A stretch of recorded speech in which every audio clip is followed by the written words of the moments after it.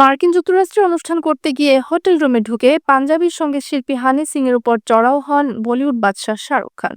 কয়েক বছর আগে এমন খবর সামাজিক যোগাযোগ মাধ্যমে ছড়িয়ে পড়ে। শুধু তাই নয়, সে সময় কিছু গণমাধ্যমের দাবি ছিল গায়ককে এত জোরে চড় মারেন বাদশাহ যে আহত হয়ে পড়েন শিল্পী হানি সিং।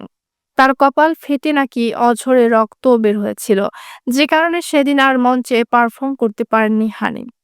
সেই সময় ঘটনা নিয়ে বলিপাড়ায় আলোচনা হয়েছিল প্রচুর। এবার সেই ঘটনার ৯ বছর পর ঠিক কী ঘটেছিল সেদিন, তা নিয়ে মুখ খুললেন পাঞ্জাবি সঙ্গীত শিল্পী হানি সিং। প্রকাশ্যে আনলেন রটে যাওয়া ঘটনার আসল সত্যতা। সম্প্রতি ওটিটিতে মুক্তি পেয়েছে হানি সিং এর জীবনের উপর তৈরি তথ্যচিত্র, আর সেই তথ্যচিত্রে আসল গল্পটা ফাঁস করলেন গায়ক।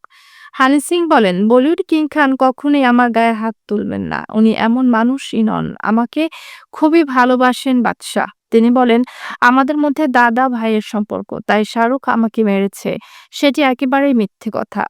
এই গায়ক বলেন, আসলে সেদিন আমার মঞ্চে উঠতে ইচ্ছে করছিল না, মনে হচ্ছিল মঞ্চে উঠলেই মরে যাব। তাই প্রথমে হোটেলের রুমে ঢুকে মাথার সব চুল কেটে ফেললাম। তারপর নিজের মাথায় একটা কফি মাগ ভাঙলাম। এতেই আহত হই। এসব করেই সেদিনের শো আটকেছিলাম। হানি সিং এর এই বক্তব্যকে সমর্থন করেছেন তার বোনও।